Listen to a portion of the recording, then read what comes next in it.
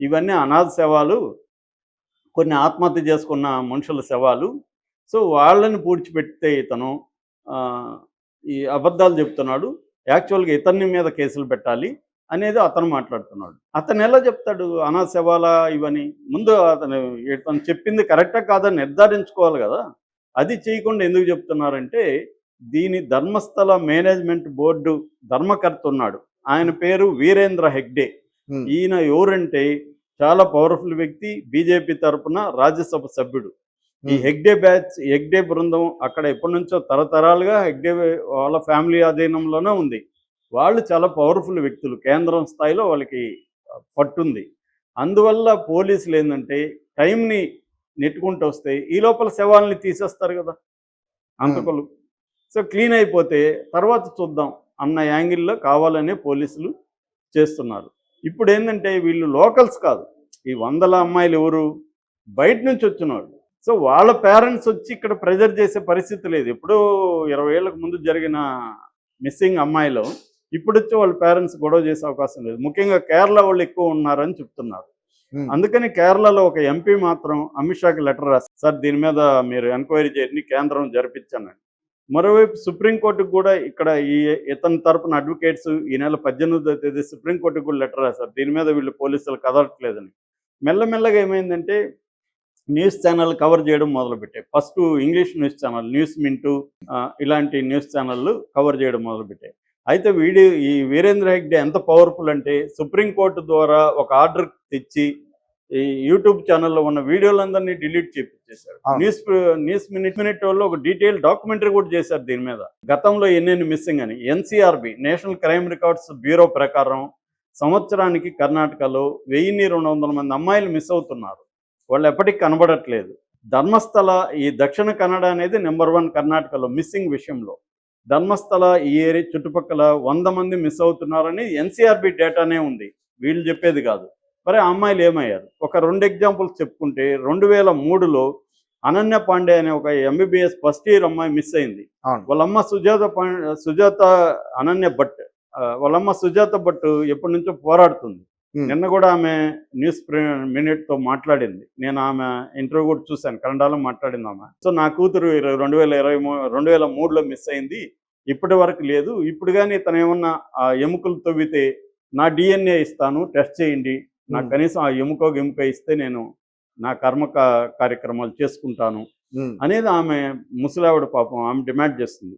అట్లాగే 2012లో సౌజన్య అనే ఒక 17 ఏళ్ల స్టూడెంట్ మిస్ అయింది. వాళ్ళ బంధువులు కూడా ఇలాగే డిమాండ్ చేస్తున్నారు. సో ఇప్పుడు మెల్లమెల్లగా రావడం మొదలైంది. మిస్సింగ్ పర్సన్స్ వచ్చి మా పాప మిస్ అయింది, మా భార్య మిస్ అయింది, ఇలాగా మా కూతురు మిస్ అయింది, ఇలాగ వచ్చి మాట్లాడుతున్నారు. సో ఎందుకంటే అది టెంపుల్ కదా, అది ఫేమస్ టెంపుల్. నేను ఇందాక చెప్పినట్టు 1 కోటి మంది సంవత్సరానికి విజిట్ చేస్తారు. నేను పోయినప్పుడు కూడా విపరీతమైన రద్దీ ఉంది. మంచి ఎండ, కానీ విపరీతమైన రద్దీ ఉంది ఆ టైంలో కూడా. సో మా ఫ్రెండ్కి ఎవరో తెలిసిన వాళ్ళు ఉంటే మేము క్విక్గా పోగలిగాం. లేకపోతే క్యూలో పోయి ఉంటే చాలా టైం పట్టేది. సో అంత రద్దీ ఉంటుంది. అది శ్రీక్షేత్రం అనేది వెరీ పాపులర్. 800 ఏళ్ల చరిత్ర అంటే చాలా పాపులర్.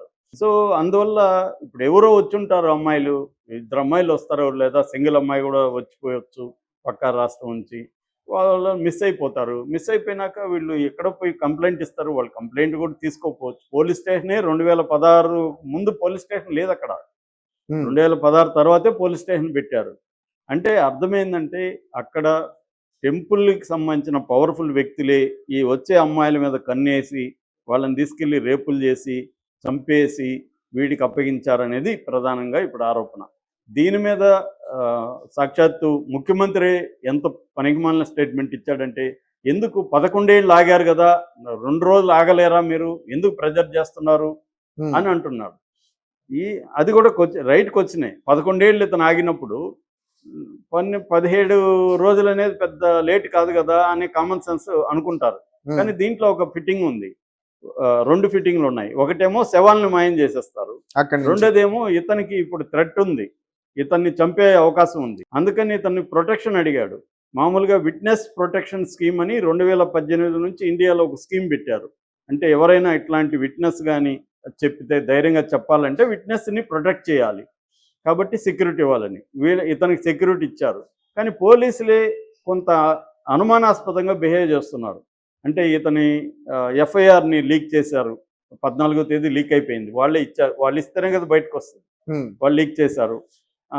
రెండోది ఇతను మిస్ అయిపోయాడని, అదృశ్యం అయిపోయాడని కూడా పుకార్లు పుట్టించారు. హ్మ్. మళ్ళీ అతను లాయర్ల సమక్షంలోకి రావాల్సొచ్చింది. ఎందుకంటే అతను పబ్లిక్‌గా రావడానికి భయపడుతున్నాడు. అతని ఫ్యామిలీ వాళ్ళని చంపుతారేమో అని భయం ఉంది. ఇంకోటి ఇప్పుడెందుకొచ్చాడనే దానికి అతను చెప్పే సమాధానం ఏందంటే 2 కారణాలు చెప్పాడు. ఒకటి నాకు గిల్టు. నేను ఎన్ని వందల మంది శవాల్ని నా పాపపు చేతులతో పూడ్చాను. అవి నాకు డ్రీమ్స్ వస్తున్నాయి. రాత్రి నిద్ర పట్టట్లేదు. ఇవి వెంటాడి వెంటాడి ఇప్పుడన్నా నేను చనిపోయే ముందన్నా నా పాపాన్ని కడుక్కుందాం అనేసి నేనొచ్చాను అనేది ఒక కారణం. రెండో కారణం వాళ్ళ చెల్లెల కూతురు మీద ఈ మధ్య లైంగిక దాడి జరిగింది. అప్పుడు కూడా అతను ఆ అమ్మాయి పడిన బాధ అవన్నీ చూసాడు దగ్గరగా ఫ్యామిలీ అంతా. ఇలాగే కదా వాళ్ళంతా కూడా పడుంటారు. వాళ్ళ ఫ్యామిలీలంతా ఇలాగే బాధలు పడుంటారు.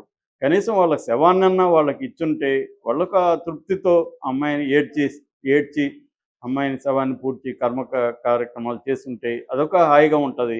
అది కూడా లేకుండా మనం చేశాం గదా! మనం కూడా పాలు పంచుకున్నాం గదా! అన్న ఒక దీంతో నేనొచ్చి చేశాను అంటున్నాడు. ఏ కారణం చేసినా వాడు పిచ్చోడైనా, కావాలని చేసినా పోలీసులు చేయాల్సిన పనేందంటే అతన్ని తీసుకెళ్ళి బాడీలో ఉన్నాయా లేదా టెస్ట్ చేయాలి. అది అవును. చేయలేదు. సో, ఈ ప్రెషర్ మెల్లమెల్లగా పెరిగేసరికి నిన్న సిద్ధరామయ్య సిట్ ఏసాడనమాట. ఒక ఇంటర్నల్ ఆహ్, ఆహ్, సెక్యూరిటీ డివిజన్ ఉంది కర్ణాటకలో. ఆ ఇంటర్నల్ సెక్యూరిటీ డివిజన్‌కి సంబంధించిన డీజీపీ ప్రణబ్ మహంతి ఆధ్వర్యంలో నలుగురు ఎస్పీ ఆఫీసర్లతో కూడిన ఒక సిట్ ఏశారు. నిన్ననే వేశారు. సో, ఇప్పుడు విషయాలు బయటకొస్తాయా? లేకపోతే ఆల్రెడీ శవాలను మాయం చేసేసారా ఈ 17 రోజుల్లో? తనకి ప్రొటెక్షన్ పరిస్థితి ఏంటి? వీరేంద్ర హెగ్డేని బీజేపీ కాపాడుతుందా? ఏం జరగబోతుందనేది చూడాలి.